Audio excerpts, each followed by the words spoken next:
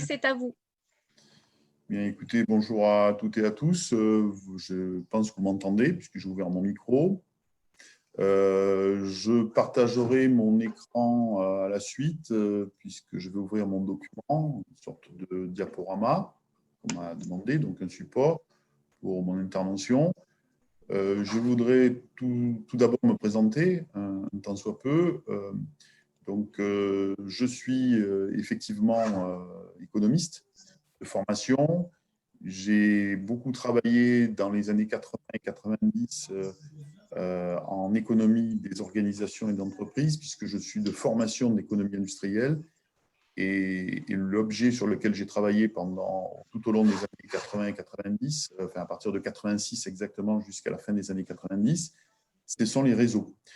Firme réseau, réseau de firmes, territoire.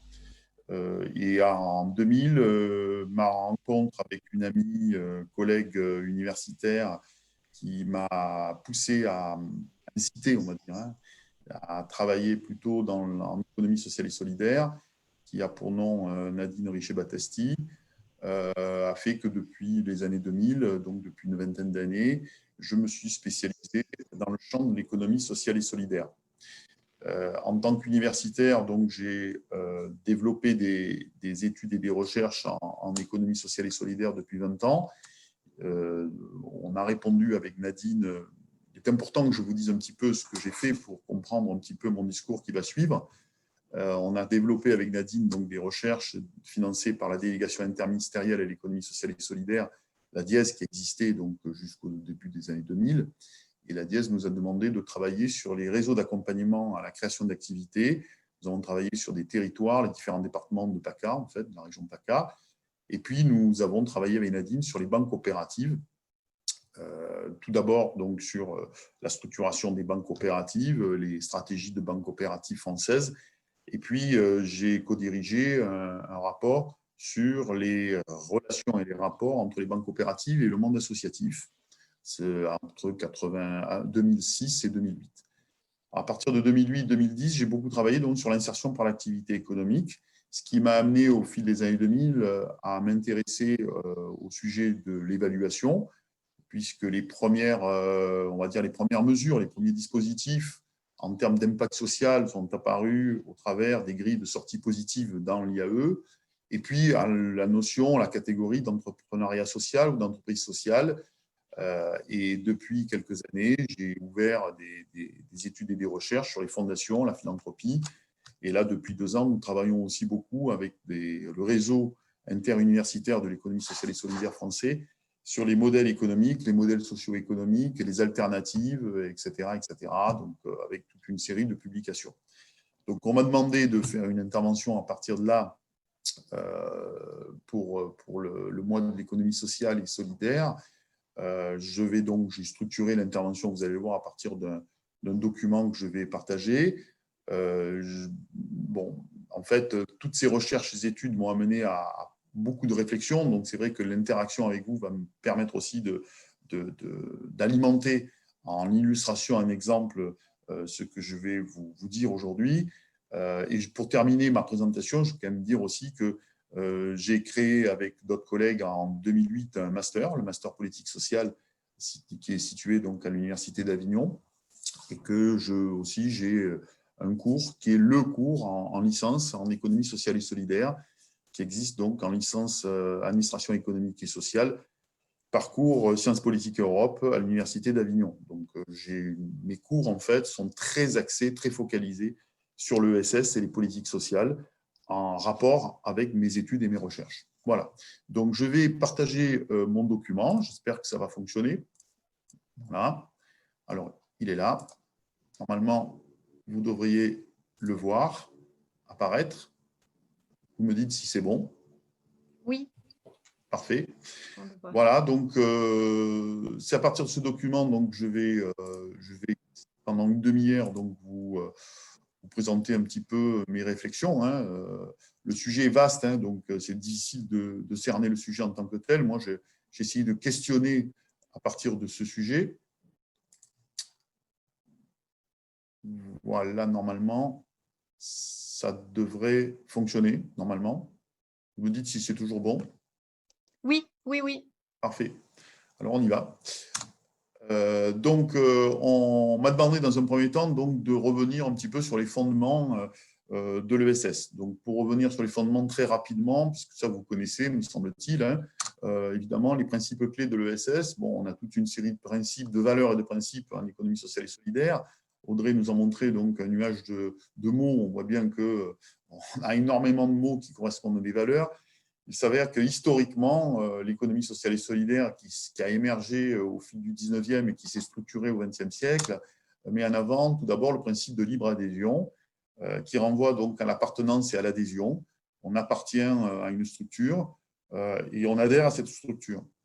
Alors, il est important de distinguer l'appartenance et l'adhésion, me semble-t-il, car les différentes études qu'on a pu mener, en particulier sur les coopératives bancaires, montrent très bien que la plupart des salariés qui travaillent dans des coopératives bancaires appartiennent donc à une coopérative bancaire, mais pour autant, ils n'ont pas conscience, ils n'ont même pas idée qu'ils travaillent pour une coopérative. Donc, ils appartiennent, mais ils n'adhèrent pas forcément. L'adhésion donc peut, de ce fait, se traduire ou s'interpréter comme une adhésion avec une carte d'adhérent ou de sociétaire, mais une adhésion, c'est aussi une adhésion à des valeurs. Donc, ça nécessite effectivement un discours sur les valeurs, ça nécessite de la formation sur les valeurs, ça nécessite un apprentissage sur les valeurs. Le deuxième principe important, c'est le principe de gouvernance démocratique. Donc, je ne vais pas vous faire le cours là-dessus, vous connaissez parfaitement. Donc, tout d'abord, une démocratie institutionnelle. Une personne, une voix, l'AG, le CA, le bureau. Donc là aussi, il y aurait beaucoup à dire sur l'effectivité de la démocratie institutionnelle dans les organisations de l'ESS. Ce n'est pas le sujet véritable, mais en tout cas, donc, le premier niveau qui permet de repérer, un tant soit peu, encore une fois, l'effectivité de ce principe, c'est la démocratie institutionnelle. C'est ce qui distingue fondamentalement les structures instituées et organisées de l'ESS par rapport à des structures qui ne font pas partie de ce champ. Très important, donc là, on pourra en reparler, mais évidemment, cela nécessite d'avoir une réflexion d'un point de vue juridique, mais aussi d'un point de vue socio-économique. La démocratie participative, qui renvoie à la responsabilisation et à la participation des adhérents ou des sociétaires d'une organisation instituée de l'économie sociale et solidaire. Évidemment, c'est une problématique beaucoup plus compliquée, car la responsabilité ou la responsabilisation, on peut la repérer assez facilement à travers la présidence, qui a beaucoup de responsabilités juridiques, et le bureau. Pour autant, la responsabilité ou la responsabilisation doit bien évidemment s'étendre à tous les adhérents et tous les sociétaires de structures qui, là encore une fois, doivent avoir conscience qu'ils appartiennent à des organisations distinctes du point de vue des valeurs et du point de vue aussi des finalités de ces structures. La participation nécessite des instances, la participation nécessite des dispositifs permettant de faire participer ces adhérents et ces sociétaires. Troisième principe, le principe de non-lucrativité ou de lucrativité limitée, qui est un principe qui est beaucoup discuté depuis pas mal d'années, car tout autant on peut dire que ce principe est inscrit dans les statuts associatifs, aujourd'hui encore, statut 1901 pour la multiplicité d'associations employeurs qui emploient, on va dire, à peu près 1 500 000 personnes en France. On peut dire que là, c'est statutaire. Donc là, elles sont non lucratives par statut, tout autant dans les familles mutualistes et surtout dans la famille coopérative, on parlera plutôt de lucrativité limitée. Donc, la non-distribution des excédents aux adhérents donc, correspond aux associations, la rémunération proportionnelle limitée des sociétaires aux coopératives par l'intérêt. Donc là, vous connaissez aussi très très bien, je ne vais pas développer. Et quatrième principe qui est souvent oublié finalement, c'est le principe qui est mis en avant par Jean-François Drapry, donc professeur au CNAM et directeur de la RECMA. C'est la revue française de langue française en économie sociale et solidaire. C'est le principe de double qualité. On n'est pas seulement adhérent sociétaire, mais on doit être aussi acteur usager pour devenir co-acteur et coopérateur des structures organisées de l'ESS. Ce principe de double qualité est un principe très compliqué, surtout pour les associations employeurs qui ont banalisé un petit peu la production ou les prestations, la production de leurs services ou les prestations, parce que finalement, on a des droits à des services sans pour autant être adhérent. Et à ce moment-là, donc, ça met en cause, de fait, le principe de double qualité. On pourra y revenir. Alors, pour reprendre une approche en termes de tiers secteur, on peut remarquer à travers cette diapo que finalement, l'économie sociale et solidaire appartient au champ de l'économie privée. Elle se distingue donc fondamentalement de l'économie publique.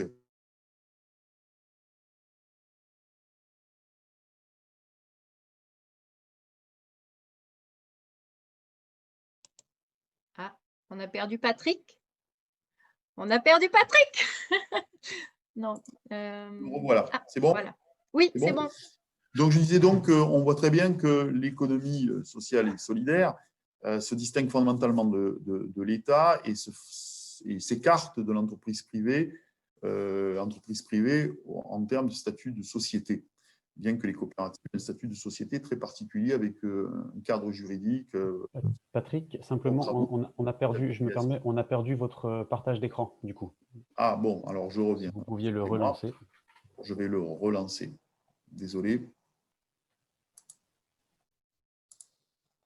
Voilà. Excusez-moi. On expérimente, hein, c'est comme nous. Hein, pour tout non, mais bon, j'essaie de... Voilà, il faut que je revienne là. Je duplique. Voilà. Normalement, il faut que je revienne là.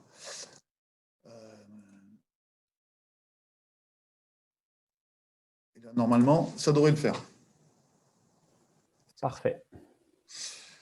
Bien, donc, alors, ce schéma qui est un schéma très utilisé quand on veut se représenter ce qu'on appelle le third sector, c'est-à-dire le tiers secteur, une approche qui n'était pas connue, on va dire, jusqu'au début des années 2000 en France et dans les pays francophones, et qui est très utilisée depuis. Et on a adhéré à cette approche progressivement au cours des années 2000. Dans le cadre donc de cette approche, de cette représentation en termes de tiers secteur, considérant donc que l'ESS serait un troisième secteur à côté de l'État et de l'économie marchande, voire marchande capitaliste représentée par l'entreprise privée, on peut remarquer à travers ce schéma que ce qui va faire fondamentalement la particularité, la spécificité de l'ESS, surtout dans le champ associatif, c'est le rapport à la société civile. Bien sûr que les associations, et ça ne marche pas, les associations sont en rapport direct avec l'État au travers des financements publics ou des marchés publics. Bien sûr que les associations sont en rapport, enfin, ont eu tendance à avoir des stratégies, à se comporter de plus en plus comme des entreprises privées. De là, la notion d'entreprise sociale qui était inconnue il y a une quinzaine d'années en France, qui aujourd'hui a fleuri dans tous les discours et dans les pratiques aussi, c'est-à-dire qu'on a mis en pratique cette notion, mais pour qu'on mette en avant, pour qu'on souligne la particularité, la spécificité des associations, il faut travailler sur le rapport qu'entretiennent ces associations avec la société civile. Et ce schéma, de ce fait, montre que les associations donc, se situeraient donc, on va dire, en bas à gauche, mais en lien direct avec l'État. Alors là, le schéma, le problème, c'est que normalement, il devrait... Là, tout est bloqué, je ne sais pas pourquoi. Et, ah oui, ça ne marche pas. Voilà, là, ça marche à nouveau. Voilà. Voilà. Donc, les associations donc, se situent en fait à ce niveau, puisque les associations sont directement connectées à l'État, en tout cas en France, hein, encore aujourd'hui, mais elles ont un lien très particulier et très spécifique avec la société civile, et de plus en plus, elles sont mises en tension aussi par l'entreprise privée, c'est-à-dire le prototype ou l'idéal type de l'entreprise privée, marchande, voire marchande capitaliste. On pourra y revenir. Alors, donc, qu'est-ce qui, par principe, à partir de là, pour un peu approfondir, permet je dirais, d'ancrer l'économie sociale et solidaire dans des logiques qui seraient absolument distinctes des logiques marchandes, voire marchandes capitalistes.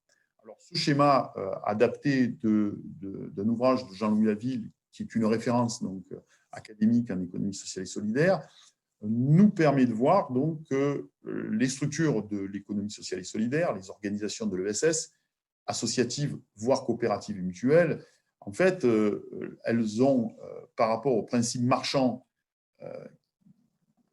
où le vecteur est la concurrence, par rapport au principe de l'accumulation du capital, où le vecteur est la concentration, par rapport au principe de l'administration domestique, dont le vecteur est le groupe clos, c'est-à-dire la communauté, eh bien, elle repose sur le principe de la redistribution, c'est-à-dire que la centralité est très importante dans l'économie sociale et solidaire, et évidemment surtout pour les associations, parce que ce modèle institutionnel permet, à travers la redistribution, les financements pour ces structures associatives. Encore une fois, ces financements, en France, historiquement, sont des financements par la subvention, mais tendanciellement de plus en plus par les marchés publics.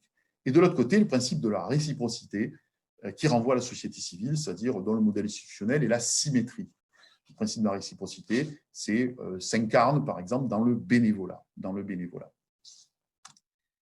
Alors, cette diapo qui est un peu floue, on me l'a fait remarquer, Audrey m'a dit ouais, cette diapo est un peu floue, me permet, à travers Jean-Louis Laville, de mettre en avant donc, deux principes supplémentaires qui permettent d'asseoir les fondements de l'ESS, ce que Laville et l'équipe du CRIDA, maintenant du LIS, du CNAM Paris, appellent l'impulsion réciprocitaire, qui prédétermine la conception de l'activité économique. Ce principe d'impulsion réciprocitaire repose sur la combinaison de trois autres principes: la réciprocité, source de créativité, expression individuelle et collective.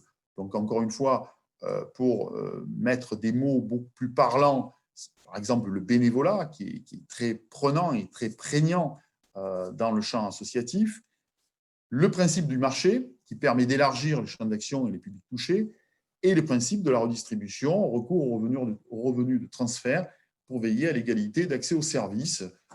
De plus en plus, les associations, au fil des années 90, 2000, voire 2010, ont tendu à être des délégataires de services publics.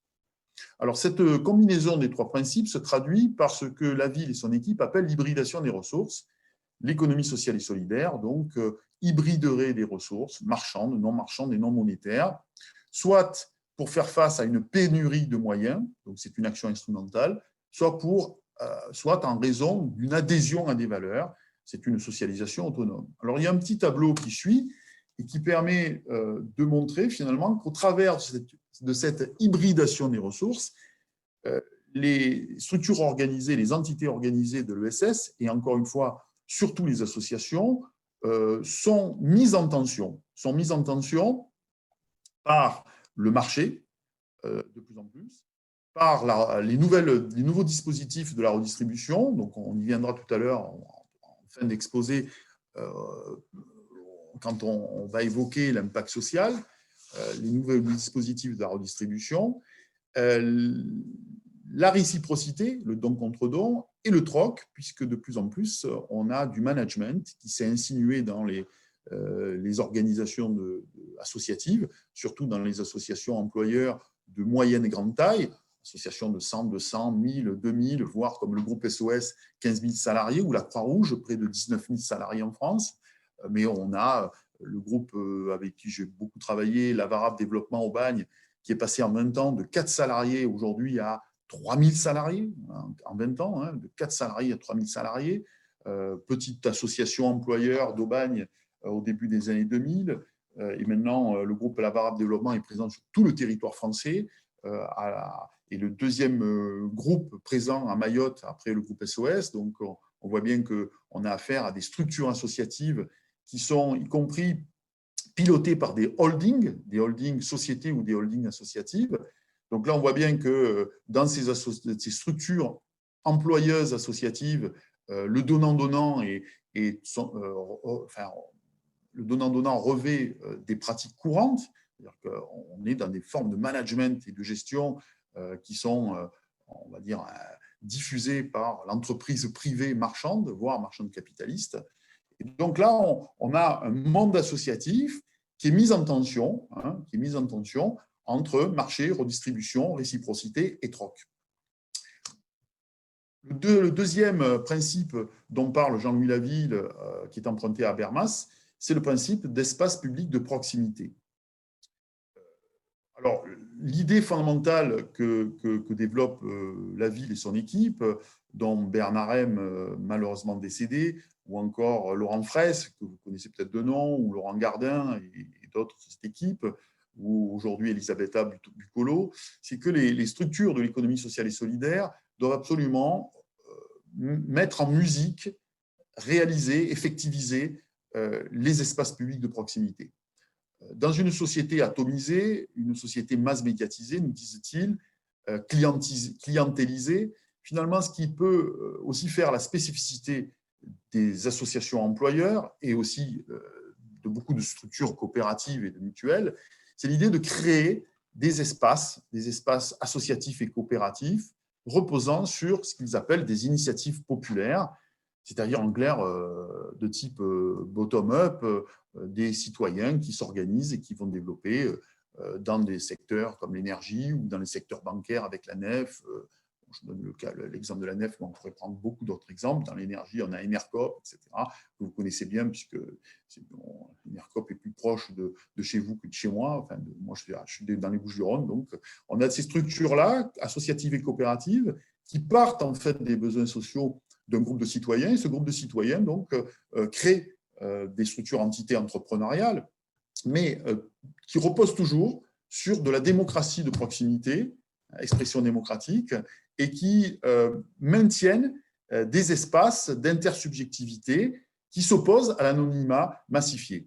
Alors là, on met en avant évidemment aussi les effets de taille. Si on prend par exemple une structure de petite moyenne taille en termes de distribution ou de grande distribution comme Biocop, on voit bien que, je ne sais pas si vous fréquentez Biocop, mais fréquentant régulièrement Biocop, je vois bien qu'à Biocop, les gens se connaissent beaucoup plus que dans un super ou un hypermarché.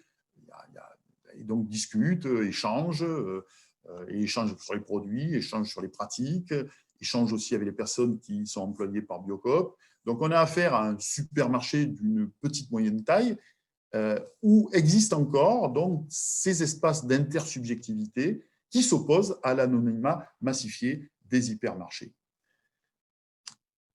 Alors maintenant, venons-en à la deuxième partie de mon exposé. J'essaie de tenir le timing, je crois que je suis en train de le tenir, qui est aujourd'hui, donc, qu'est-ce qui se passe aujourd'hui, dans la période contemporaine, quels sont les mouvements qu'on peut repérer et qui permettent de caractériser en fait, l'évolution de l'ESS en France et plus largement dans les pays francophones. Alors, pour le faire court, clairement, nous avons eu une très forte influence donc, de la pensée et des pratiques stratégiques et organisationnelles venant d'Amérique du Nord. L'entrepreneuriat social ou l'entreprise sociale, c'est une catégorie qui existe, disons, de très longue date en Amérique du Nord. La philanthropie fait partie de l'histoire de l'Amérique du Nord, alors même que avant les années 2000, ça n'existait quasiment pas en France. Ça n'existait pas en France. Donc, il y a eu une évolution notable, signifiante et notable de l'ESS depuis une vingtaine d'années qui tend vers l'enphilanthropie d'un côté et vers l'entrepreneuriat social de l'autre côté. Ça, ce sont les deux mouvements massifs que nous avons avec mes autres collègues étudiés et sur lesquels nous avons développé des recherches. Ce qui permet de comprendre pourquoi il y a eu aussi une évolution dans la manière d'appréhender l'évaluation, c'est-à-dire l'appréhension de comment on appréhende la valeur, au sein même des organisations de l'ESS et en particulier des associations employeurs, et comment on appréhende la valeur qui est produite. Alors, jusqu'aux années 2000, la valeur était appréhendée au travers de cette notion d'utilité sociale. Alors, l'utilité sociale était mise à toutes les sauces. Tout le monde parlait d'utilité sociale et vous pouvez remarquer que depuis quelques années, on n'en parle quasiment plus. Hein, ce n'est plus le terme à la mode. Le terme à la mode étant devenu l'impact social. Aujourd'hui, on parle d'impact social et non pas d'utilité sociale. Alors qu'il y a 20 ans, on ne parlait absolument pas d'impact social et on parlait d'utilité sociale. Alors, qu'est-ce que ça veut dire, utilité sociale? Alors, j'ai travaillé avec Nadine et d'autres sur l'utilité sociale au début des années 2000, au travers des études empiriques que nous avons pu mener, au travers des recherches académiques que nous avons pu mener, et les lectures multiples et variées et les études empiriques nous ont amené donc à catégoriser ce que l'on entend par utilité sociale. Alors, la première manière d'appréhender l'utilité sociale, c'est ce qu'on appelle la valeur ajoutée sociale.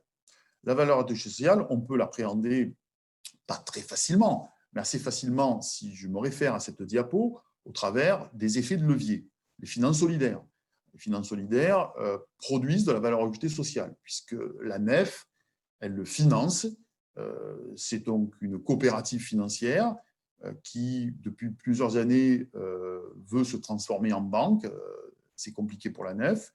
En tout cas, la NEF finance des projets culturels, des projets solidaires et des projets écologiques. Ce qui veut dire que l'épargne récoltée par la NEF ne va qu'aux projets culturels, aux projets solidaires et aux projets écologiques.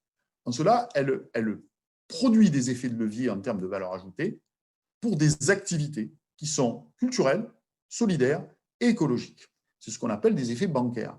De la même manière, si on prend le crédit coopératif, une banque coopérative qu'on peut citer, le crédit coopératif, à travers le livret Agir, le livret Agir, ça produit des effets de levier en termes de valeur ajoutée sociale, puisque le livret Agir permet de financer des structures, la plupart du temps associatives, la plupart du temps dans la liste proposée, et ces structures sont dans l'insertion, sont dans le handicap, sont dans l'accompagnement, dans l'insertion sociale, l'insertion par l'activité économique, le handicap, l'accompagnement, etc., le logement, et donc l'énergie aussi, etc. Donc l'énergie solidaire, l'énergie propre, l'énergie écologique. Donc on a des effets bancaires, et puis les finances solidaires, c'est aussi les effets sur l'activité, sur l'emploi. Donc là, je vous renvoie à tous les réseaux d'accompagnement et de financement à la création d'activités. La valeur ajoutée sociale, c'est aussi, on peut la repérer à travers les effets multiplicateurs, par les financements publics. Quand l'acteur public ou les acteurs publics financent par des sommes non négligeables le réseau de centres sociaux, on peut parler de financements publics qui ont des effets revenus, puisque je crois, si je ne m'abuse, mais enfin vous me préciserez, aujourd'hui, les centres sociaux, ça emploie, disons, à peu près entre 300 et 400 000 personnes en France. Donc, clairement, il y a des effets emploi, des effets revenus, mais ces subventions publiques qui sont données ont des effets qualité. Les effets qualité, on peut les repérer par des études qualitatives sur le développement des liens sociaux dans les quartiers populaires, par exemple, ce qu'on appelle les effets qualité. Bon, je n'insiste pas. Et puis, on a, à travers la valeur ajoutée sociale, la possibilité qualitativement et quantitativement de repérer des effets d'opportunité sociale à travers les économies sur charge collective quand les acteurs publics financent hors marché des activités de l'ESS. Clairement, à terme, la société réalise des économies, car le financement à court moyen terme permet de réaliser des économies à long terme sur charge collective. On a pu, y compris, avoir des études qui ont essayé de mesurer cela, moins de délinquance, moins d'addiction, moins de problématiques sociales. Alors, si vous voulez, on reviendra là-dessus. Je ne vais pas trop développer. Si vous avez des questions particulières sur des terminologies comme coût évité, logique de réparation, etc., on pourra y revenir. La deuxième manière d'aborder l'utilité sociale, c'est à travers les externalités socio-économiques, les effets. C'est-à-dire, les structures de l'économie sociale produisent des effets socio-économiques. Ces effets sont volontaires ou involontaires. Et à ce moment-là, donc, au travers de ces effets, on peut dire que ces structures, ces entités ont une utilité sociale. Alors là, idem, je ne vais pas trop développer, je n'ai pas le temps, mais clairement, il y a deux grandes manières, deux grands types on va dire, de publications et de recherches qui ont abordé les externalités socio-économiques produites par les entités de l'économie sociale et solidaire. Premièrement, les auteurs qui se sont attachés à montrer que si ces structures organisées existaient, c'est parce qu'il ne pouvait pas y avoir de marché et que l'État était moins les services publics, pour le dire différemment, étaient moins performants, moins efficients, moins efficaces. Donc ici, inexistence de marché ou insolvabilité de la demande qui va permettre de comprendre pourquoi on a un champ de l'économie sociale et solidaire. Et donc aussi effet collectif non tarifiable. On ne peut pas mettre de prix, en fait, il n'y a pas de prix. Et comme il n'y a pas de prix, il ne peut pas y avoir de marché. Et puis le deuxième type d'auteurs qui ont travaillé là-dessus montre que l'État finance des structures qui, justement, peuvent prouver qu'elles produisent des effets. Et à ce moment-là, on tend vers l'impact social. On va le voir juste à la fin de mon exposé, c'est-à-dire qu'à partir du moment où on rentre dans une logique où l'idée est de prouver qu'on produit des effets quantitatifs, on rentre, on glisse vers la notion d'impact social. Dernière manière pour aborder l'utilité sociale, c'est la plus-value sociale. La plus-value sociale, pour la comprendre, puisque en fait, les termes sont employés par beaucoup d'acteurs sans vraiment qualifier ces termes. Quand on parle de plus-value, on parle de valeur créée par l'activité de travail, toujours. Et cette plus-value, elle ne revient pas forcément à celui qui la produit. Ici, pourquoi parle-t-on de plus-value sociale? Tout simplement parce qu'en économie sociale et solidaire, et particulièrement dans les associations employeurs, le temps passé, en termes d'accompagnement, en termes de services rendus, ce temps passé, c'est de la valeur qui est transmise à l'usager. L'usager, c'est celui qui a l'usage d'un service qui n'a pas de prix ou qui ne paye pas le prix du marché. Mais l'usager peut être considéré aussi comme celui qui fait usage du service et donc qui coproduit ce service. Très clairement, pour le dire différemment et plus simplement, un enseigné fait partie du service. Là, actuellement, je fais beaucoup de cours en visio. Clairement, sur 40 connectés, j'en ai vraiment 20 qui participent. Les autres se connectent, ne mettent pas la caméra. Et à l'arrivée, ils peuvent vaquer à leurs occupations, cuisiner, aller courir, etc. Ils font semblant d'être connectés. Donc, clairement, vous imaginez bien que ces usagers qui ne font pas en fait usage du service, qui ne sont pas en interaction, en interrelation, les effets, ce que je transmets comme valeur est très faible. Donc, la transmission de valeur est liée aussi à la manière dont l'usager s'implique dans le service. Et à ce moment-là, des économistes comme Jean Gadret ou Florence Janicatrice, pour ne citer qu'eux, mais il y en a beaucoup d'autres, vont dire donc en fait ce qui fait la spécificité d'un service produit par des structures associations employeurs de l'ESS, c'est que la plupart du temps, l'usager en fait doit s'impliquer, doit participer pour que le service soit performant, efficient, efficace. Évidemment, on a dans cette plus-value sociale tout un domaine important qui correspond au travail, à l'activité et au bénévolat volontaire. Clairement, les structures associatives ne pourraient pas produire ce qu'elles produisent en termes de plus-value, en termes de valeur, s'il n'y avait pas tout ce bénévolat. Bénévolat d'administration, bénévolat fonctionnel, bénévolat opérationnel, et y compris au bénévolat d'usagers. En cela, donc, je pense qu'il est important de garder en tête, au-delà même de l'évaluation des effets, le fait que les associations employeurs doivent aujourd'hui prouver qu'elles produisent des effets et que ces effets ont une valeur quantifiable, on va y venir juste à la fin, ça va venir. Il faut garder en tête qu'il nécessiterait aujourd'hui de travailler sur la valorisation de ce bénévolat et pas seulement la valorisation quantifiable, pas seulement la valorisation comptable, comme c'est le cas depuis à peu près 18 ans où il y a possibilité donc de valoriser le bénévolat pour montrer, pour montrer qu'en termes de gestion, qu'on mérite des subventions, des financements privés, etc. Alors, venons-en pour terminer à l'impact social.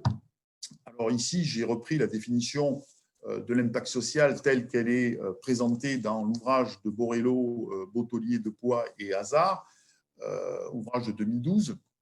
Alors, Jean-Marc Borello, vous le connaissez, j'imagine, président directeur général du groupe SOS, donc un des porte-parole du mouvement des entrepreneurs sociaux depuis 2008. Il a été, si je ne m'abuse, mais peut-être je me trompe, président aussi du MOVES. Et donc, dans cette définition, on voit bien que l'impact social se centre sur les effets. on mesure un impact à partir du moment où on arrive à quantifier les externalités. Beaucoup d'auteurs comme Desrosières, philosophe, et aussi Robert Salé, ne citer que, économiste, depuis une bonne vingtaine d'années, ont une approche critique de ce qu'ils appellent la gouvernance des chiffres. Ce qu'ils appellent la gouvernance des chiffres, c'est-à-dire se focaliser sur la quantification en permanence. Pour autant, on voit très bien que les tendances lourdes depuis de nombreuses années sont à vouloir ne retenir que ce qui est quantifiable, que ce qui est mesurable. Donc, dans cet ouvrage, en lien avec la contribution des facteurs actifs utilisés, on distingue, pour comprendre ce qu'est l'impact social, l'output, qui représente les résultats de l'activité réalisée par une entreprise, l'outcome, qui représente l'ensemble des changements résultant de cette activité, et les dead weights, c'est-à-dire les poids morts, qui représentent les causes des effets qui, en fait, sont indépendantes ou attribuées à d'autres organisations. Pour vous prendre qu'un seul exemple, je travaille actuellement avec la fondation Luma, que vous devez peut-être connaître, la Tour Luma à Arles, qui développe donc beaucoup d'actions dans le patrimoine, dans la culture, mais aussi en transition écologique. Et nous avons des études donc, avec Luma qu'on a commencé à mener, à conduire depuis le mois d'octobre, à la fois sur ESS et transition écologique et à la fois donc, sur philanthropie. Un des responsables de la direction de Luma me dit, en fait, l'agglo d'Arles met en avant le fait qu'elle a multiplié par 4 le nombre de personnes à insérer qui passent par des clauses sociales, donc par des marchés closés. Quand on regarde en fait ce que nous représentons au travers de la construction de la tour, de ce multiplié par 4, nous représentons 70% du multiplié par 4. Pour autant, nous ne nous sommes pas du tout référés dans les documents publiés par l'acteur public et l'agglo d'Arles, alors même que nous représentons en fait 70% du multiplié par 4 des personnes insérées au travers des marchés closés. Ça veut dire quoi? Ça veut dire qu'en termes de poids mort, clairement, pour comprendre les effets produits à travers l'action publique sur le territoire d'Arles, il faudrait donc tenir compte de ce 70% multiplié par 4 par l'atelier Luma qui construit la tour. L'agglo, évidemment, n'a pas mis en avant ce fait-là, puisque l'acteur public essaie de mettre en avant en fait, sa politique publique. Donc là, il y a un biais, nous dirait Borrello et ses autres auteurs, dans la mesure de l'impact social. Parce que dans l'impact social, il faut tenir compte de l'ensemble des acteurs sur un territoire qui participent à la production des effets. Alors ici, je suis toujours là. Vous m'entendez? Je termine rapidement. Il me reste peu, à mon avis, il me reste 5 minutes. Voilà. Oui, à peine. Et à peine. Donc, ici, nous avons un tableau. Et dans ce tableau, j'ai mis des exemples permettant de mieux saisir, de mieux illustrer ce qu'on entend donc, par impact social au travers de cette démarche, qui est la démarche générique. Donc, output, insertion sociale, par exemple, et puis outcome. Et puis, il faut prendre en compte le contexte social institutionnel, le contexte local, l'implication des acteurs publics et les services sociaux. Si je prends la première ligne, l'insertion sociale. Dans l'IAE, c'est un secteur que je connais bien, un secteur professionnel que je connais bien. L'output, ce serait l'employabilité au travers de l'emploi, de la mise en emploi et de la formation. L'outcome, la résolution des problématiques sociales, les logiques de capacité, ce qu'on appelle les capabilities. Et puis, prendre en compte, là où, si on s'intéresse à des structures de type associatif, par exemple des chantiers d'insertion, enfin des ateliers chantiers d'insertion, il faudrait prendre en compte le contexte social, institutionnel, les implications des acteurs publics, les services sociaux, les parcours d'insertion ou les filières d'insertion territorialisées, etc., etc. Et on peut faire la même démarche avec l'habitat participatif et d'autres champs de l'ESS. Alors, pour terminer, puisque à peine il me reste donc 1 ou 2 minutes, aujourd'hui, donc, ce sur quoi nous travaillons, en particulier, on va démarrer une grosse étude sur les centres sociaux d'un côté, et on va démarrer une deuxième étude, une recherche sur les tiers-lieux, Donc, on peut dire qu'il y a deux conceptions aujourd'hui qui permettent, qui sont opposées, ou en tout cas qui sont distinctes en ESS. La conception SBM, Social Business Model, et la conception MSE, modèle socio-économique. Alors, si je prends une association,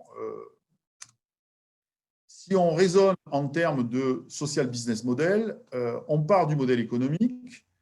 Du modèle économique, on fait dépendre le projet associatif, voir si on est une coopérative, le projet coopératif, et le projet social. À partir de là, et si on part, excusez-moi, du modèle socio-économique, le modèle économique, au contraire, est intégré, s'insère totalement dans le projet associatif coopératif et dans le projet social. Dans le premier cas, dans le SBM, dans le Social Business Model, ce qui doit absolument être évalué, ce qui est mis en avant, ce qui est mis en évidence, ce qui est surligné, c'est la performance économique et sociale, et de l'autre côté, l'impact social en termes d'effets tangibles. Si on est dans une approche modèle socio-économique, ce qui est mis en avant, c'est l'utilité sociale, c'est-à-dire évidemment, on peut évaluer des externalités, mais on doit aussi s'intéresser à la valeur ajoutée sociale, à la plus-value sociale et aussi à la production de capital social, voire de capital patrimonial, au sens, on va dire, le plus large du terme, sur les territoires. Et à ce moment-là, on sera dans une logique d'utilité sociale. Voilà, je vous remercie beaucoup. Merci à vous, Patrick, pour cette petite conférence très intéressante, et on voit bien que c'est trop rapide en fait pour nourrir toutes nos réflexions. Désolée de vous avoir précipité en fait, mais on a déjà des questions qui ont été écrites dans le chat. Donc, on a plusieurs questions qui tournent autour des associations et du bénévolat. Est-ce que la place de l'association, donc dans le schéma en forme de triangle, elle n'est pas amenée à se déplacer en fonction de l'activité par l'association? Sur la gouvernance des associations, est-ce qu'elle ne risque pas de perdre son volet démocratique quand elle se dote d'outils d'expertise d'évaluation pour mesurer notamment? Et enfin, voilà, où est la limite du bénévolat dans la rentabilité de l'ESS? De quelle façon le bénévolat peut être considéré comme de l'emploi déguisé? Par exemple, quelqu'un prend l'exemple des sociétaires d'une coopérative qui contribuent au développement, mais qui en même temps font de la prospection commerciale. Est-ce que vous souhaitez donc répondre? Alors, sur la question du bénévolat, les questions qui tournent autour du bénévolat, effectivement, je pense que ce sont des questions extrêmement pertinentes aujourd'hui, puisque non seulement, vous le savez aussi bien que moi, sinon mieux, le bénévolat est absolument central dans le cadre des associations, d'une partie des associations employeurs. Je dis une partie parce que selon les secteurs, il n'y a quasiment pas de bénévolat. On est bien d'accord. Si on prend le secteur, je connais un petit peu, pas trop, mais un petit peu les EHPAD, par exemple. Dans les EHPAD, si on prend les associations qui gouvernent, qui gèrent des EHPAD, le bénévolat est extrêmement marginal. Et puis, on va avoir des associations employeurs dans lesquelles on aura beaucoup de bénévolat, donc surtout des petites et moyennes associations. Donc, de ce fait, il faudrait, dans un premier temps, pour répondre à ce type de questions, avoir une bonne représentation statistique du bénévolat et une bonne représentation de ce que peut représenter le bénévolat en fonction des champs d'activité, des secteurs d'activité, des secteurs professionnels, et puis de variables contingentes comme la taille. Je pense que plus une association employeur grossit, moins il y a de bénévolat. On a une corrélation inversée. Après, je vais vous donner, je vais illustrer. Il y a quelques années, j'ai participé à une équipe qui s'est déplacée territorialement et qui est allée travailler, observer des pôles territoriaux de coopération économique. Donc, j'ai aussi beaucoup travaillé sur les PTCE. Il y a un numéro spécial que j'ai co-dirigé avec Laurent Presse sur les PTCE de la RECMA. Il y a une date de 2017, me semble-t-il. Donc, pendant 3-4 ans, j'ai beaucoup travaillé sur les PTCE industriels, les PTCE de services. Et dans ce cadre, donc, avec un collègue, vous connaissez le nom peut-être, Pierre Langlade, du CORAS, il m'avait embarqué dans son équipe et on visitait des PTCE, le groupe Archer avec le PTCE de Romans. Et on est allé voir un PTCE dans le nord de Lyon, dans un petit territoire de Lyon, à Trévoux, commune de Trévoux. Et le PTCE s'était structuré autour d'une association employeur qui avait fédéré les centres sociaux. Et en fait, à partir de l'activité des centres sociaux, ils avaient développé des recycleries, des ressourceries, ils avaient utilisé des statuts SIC, des statuts CAE, ils avaient tout utilisé pour en fait diversifier leur activité. Ils avaient fait de l'insertion sociale, de l'insertion par l'activité économique, ils intervenaient en habitat participatif, etc. Donc, je vous parle de ça, ça date de 2013-2014, donc entre-temps, ils ont dû évoluer. Et ils avaient énormément de bénévoles. Donc, c'est la structure associative qui était au cœur du PTCE avait à peu près 130 salariés ETP.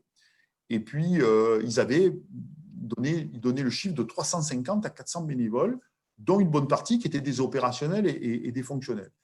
Et donc, ils avaient créé en fait des fiches de poste pour les bénévoles. Donc, ils étaient dans un processus de professionnalisation, en quelque sorte, du bénévolat. Des fiches de poste. En clair, le bénévole s'engageait, alors je ne sais pas quelle valeur juridique ça a ou ça avait, mais s'engager en fait sur une fiche de poste pour essayer de mieux gérer le rapport entre bénévolat et salariat et que ce bénévolat soit plus productif que contre-productif en termes de gestion et de gouvernance. Donc, moi, je dirais que le bénévolat, dans le cadre de l'évolution de l'ESS et en particulier l'évolution des associations employeurs, a eu tendance et devrait avoir tendance à se professionnaliser. Okay.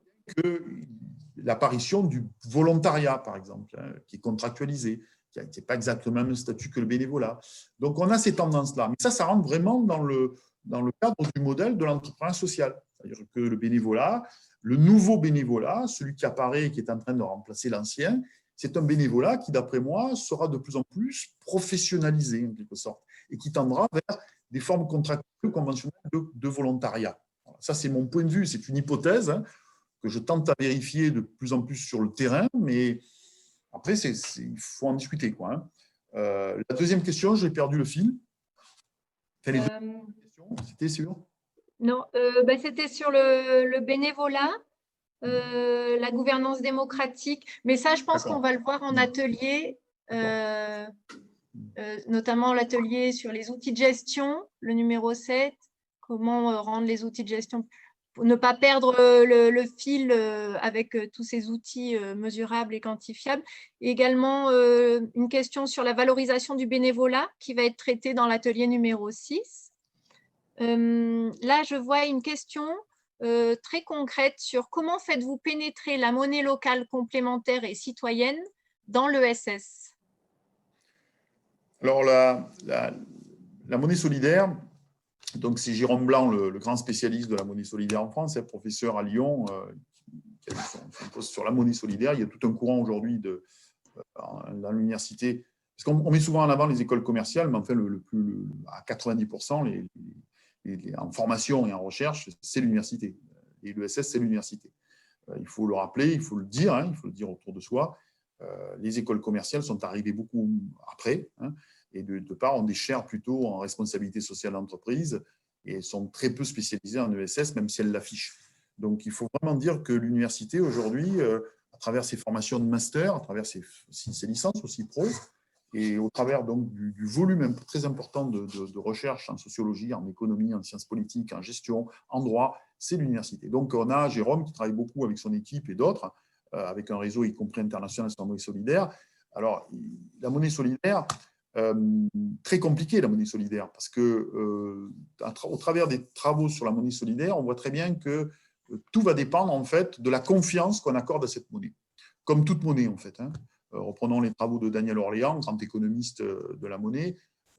Beaucoup de travaux ont été produits depuis 30 ans, 40 ans là-dessus. On voit bien que c'est la confiance. Le principe clé de la monnaie, c'est la confiance.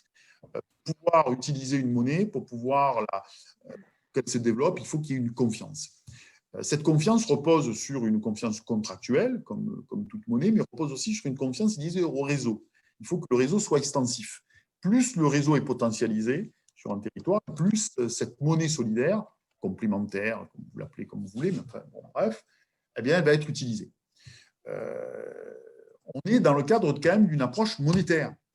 Il ne faut jamais oublier que ce soit du côté de celui qui va utiliser la monnaie pour acheter, hein, le demandeur, le consommateur, l'usager client, ou que ce soit du côté du prestataire de services associatifs ou non, ou commerçant, hein, qui distribue des produits, des biens et des services, eh bien, il faut qu'il y ait un réseau. Sinon, comment va-t-on gérer cette monnaie? Comment on va la recycler?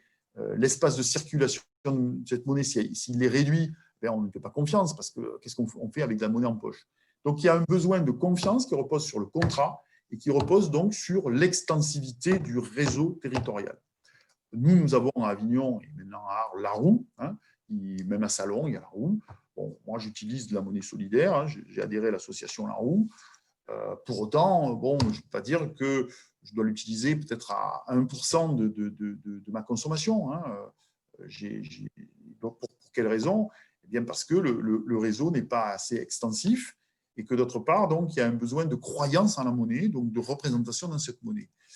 L'acteur public est absolument essentiel dans la structuration et surtout dans l'ancrage d'une monnaie solidaire, complémentaire, dans un territoire. Il y a un besoin donc de garantie en dernier ressort de l'acteur public. L'acteur public peut mettre en œuvre des dispositifs, par exemple. Alors, à Arles, par exemple, on a, dans l'ancienne municipalité, on avait un adjoint qui voulait, bon, il n'a pas pu le faire, verser des primes à ses fonctionnaires à travers la monnaie solidaire, par exemple. Donc, pour pouvoir augmenter le volume de monnaie et faire en sorte donc que, d'une part, ce type d'acteur puisse utiliser en tant que tel la monnaie, mais d'autre part, puisse aussi commencer à adhérer à cette monnaie et à s'habituer à cette monnaie. Je ne sais pas si j'ai été clair. Oui, tout à fait. Et je pense que les participants, si vous êtes d'accord, on pourra donner vos coordonnées à la suite de la conférence. Et on partagera bien sûr votre diaporama, si vous en êtes d'accord. Pas de souci. Alors, on a une question à laquelle a répondu en partie Hélène Duclos dans le chat. C'était sur la quantification reste le principal modèle et la référence des financeurs publics. Malgré tout, certains impacts sont aujourd'hui difficilement quantifiables. Comment les quantifier ou comment être force de proposition sur d'autres modes d'évaluation?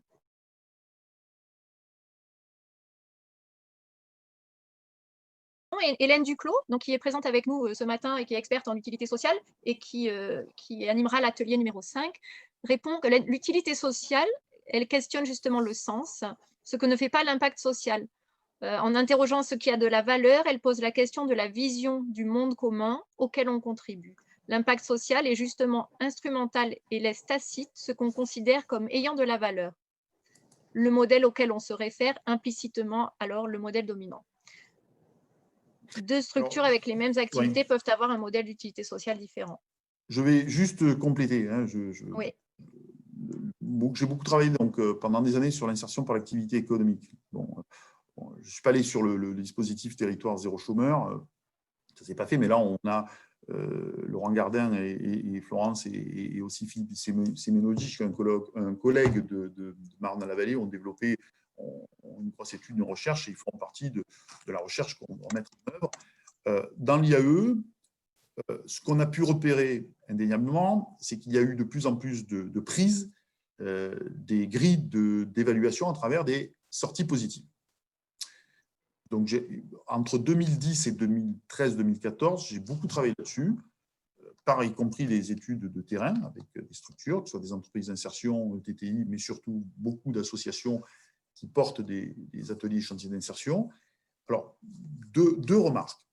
Première remarque, c'est que ces grilles sont extrêmement réductrices du travail qui est réalisé par des associations porteuses d'ateliers et chantiers d'insertion, car elles ne prennent pas du tout en compte donc, la résolution de problématiques sociales, donc, que ce soit des questions d'endettement, d'addiction, de formation, de qualification, de retour tout simplement à l'activité de travail, etc., etc. Et donc, les structures de l'IAE, à travers leur fédération, ont développé elles-mêmes des grilles qui malheureusement n'ont pas été trop publicisées, voire mis en avant. On n'en a pas beaucoup tenu compte, mais des grilles justement pour essayer d'évaluer, c'est-à-dire de donner de la valeur, non pas de quantifier ou de mesurer, mais donner de la valeur à la manière dont elles résolvaient des problématiques sociales. Donc là, on est dans une autre forme d'évaluation. Et l'autre point important, c'est que les acteurs entre eux bricolent. À travers les différentes études empiriques ou démarches que j'ai pu mener, y compris dans le contrôle des sorties positives, dynamiques ou pas, les agents de la Directe bricolaient. Ils savaient très bien que telles associations de chantiers d'insertion de tel territoire ne pouvaient pas atteindre 20%, par exemple, de sorties positives dynamiques parce que le territoire ne le permettait pas. Et donc, ils bricolaient, ils s'arrangeaient avec les chiffres. Voilà. Ils s'arrangeaient avec les chiffres. Donc, il y a deux remarques critiques à formuler. Première remarque, c'est qu'il faudrait aussi tenir compte, je dirais, des études qui sont issues du terrain et qui sont mises en lumière par des fédérations ou des réseaux associatifs employeurs. Ça, c'est rarement le cas ou c'est souvent mal le cas, c'est mal fait. Et deuxièmement, il faut aussi tenir compte qu'il y a toujours un écart fondamental entre la norme et la réalité. Entre la norme et la réalité. Ça, c'est ce que je dirais. Voilà. Alors après, pour terminer là-dessus, c'est que je voulais vous montrer ça. Alors attendez, je vais essayer de partager et après, voilà. Tac. Je ne sais pas si vous le voyez. Je vais le partager. Voilà. Est-ce que vous le voyez? Oui. Donc, le nouveau dispositif, en fait, dont on a parlé au tout début de l'intervention d'un député, c'est le dispositif de Social Impact Bonds. Voilà, c'est ce dispositif qui, en fait, nous vient des États-Unis et d'Angleterre, un dispositif qui a été testé il y a quelques années sur dans quelques secteurs et quelques grosses associations employeurs. Hein. Je mets ici, donc, premier contrat en France, Association pour le droit à l'initiative à l'ADI. Il est beaucoup utilisé dans les prisons, par exemple. L'idée, c'est bien ça, c'est mesurer, en fait, les effets et faire du financement par des investisseurs privés. Et si les effets réalisés correspondent aux effets espérés au départ dans le cadre du contrat qui a été signé, à ce moment-là, l'acteur public rembourse, finance les investisseurs avec un taux d'intérêt qui peut aller de 1% jusqu'à 5-6%. Donc, on a un nouveau système, un nouveau dispositif qui s'appelle système ou dispositif SIB, Social Impact Bond, qui existe, hein, que vous devez peut-être connaître pour certains d'entre vous, qui pour le moment est testé, on va dire, et qui a vocation à être généralisé au fil des années. Voilà, je dirais, le mode le plus formel, plus formaliste de ce qu'on appelle impact social. Ça, on est vraiment là au cœur même des logiques d'impact social. Okay. Merci Patrick. Alors, on a quelques commentaires. Ça ressemble à un détournement de la non-lucrativité du secteur. Et là, on voit bien que donc, l'ESS tend à imiter parfois d'autres secteurs. Je vais prendre une ou deux dernières questions parce qu'on prend un peu de retard là du coup sur les ateliers. Quelqu'un nous demande ce que sont les capabilities que vous avez dû présenter dans votre diaporama. Là encore, je prendrai l'exemple dans l'IAE, c'est le secteur que je connais le mieux. Les capabilities, d'abord, c'est une notion qui nous vient d'Amartya Sen, donc, qui est un grand économiste d'origine indienne qui a fait sa carrière en Angleterre puis aux États-Unis surtout, qui a été nobelisé sur ses travaux sur une autre manière de théoriser et de modéliser en économie l'utilité. Et il a émis cette notion de capabilities, c'est-à-dire l'idée qu'à un certain moment, les organisations possèdent des capacités, des capabilités. Et l'efficience et l'efficacité en termes d'utilité économique d'une organisation, c'est de valoriser ses capacités. Alors en IAE, ça veut dire quoi? En insertion par l'activité économique, ça veut dire que clairement, et d'une manière la plus schématique possible, une association qui porte et qui gouverne et qui gère un chantier d'insertion, sa vocation historique, c'est de faire retrouver des capacités aux personnes qui sont accompagnées. ce n'est pas de faire retrouver de l'emploi à ces personnes, surtout sur des marchés de l'emploi où il n'y en a pas, pour le dire clairement. On est dans une société où nous avons entre 4 et 5 millions de chômeurs à temps plein, et nous avons à peu près 3 à 5 millions de chômeurs à temps partiel. Ça s'appelle le chômage involontaire. Donc des gens qui travaillent en intérim ou qui travaillent à mi-temps. Donc dans ce contexte, dans cet environnement, la base même historique de ce type d'association, c'est de faire retrouver des capacités. Et comment on fait retrouver des capacités? À travers l'activité de travail. Donc il faut revenir à l'activité de travail avant de passer par l'emploi. C'est-à-dire l'activité de travail, c'est qu'une personne qui n'a pas travaillé depuis 1 an, voire pendant 10 ans, travaille dans une organisation, hein, pas travaille chez lui, mais travaille dans une organisation. Cette personne, il faut lui faire retrouver le chemin de l'activité de travail. Il faut qu'elle se lève le matin, il faut qu'elle arrive à s'habiller, qu'elle arrive, disons, à être dans des relations sociales, du lien social, qu'elle arrive à comprendre ce qu'on lui dit, etc. Donc, il faut la resocialiser et la resociabiliser. Et là, on est dans une logique de capabilities. C'est la base même qui est à l'origine de la création des chantiers d'insertion. Voilà. Et faire devenir, transformer ces ateliers chantiers d'insertion en termes de performativité, c'est-à-dire leur donner des objectifs pour qu'ils se transforment, c'est ça la performativité. À mon avis, c'est un non-sens. C'est un non-sens dans une société qui s'appauvrit, dans une société où on a des indicateurs, hein, on a une très forte augmentation de la misère et de la pauvreté, et donc on a un besoin de ce type de structure associative. C'est un non-sens, c'est un non-sens. Et donc, la notion de capacité, pour l'exemplifier, hein, excusez-moi du barbarisme, ben, on a cet exemple des chantiers d'insertion. Voilà. Et le chantier d'insertion n'est pas là, en premier lieu, ne doit pas être axé sur de l'employabilité. Il doit être axé sur de la capabilities ou des capabilities. Je ne sais pas si j'ai été clair. Oui, enfin, j'espère que les personnes qui ont posé la question auront compris. Mais merci Patrick pour ces échanges très intéressants et qui nourrissent, je vois, pas mal de débats dans le fil de discussion.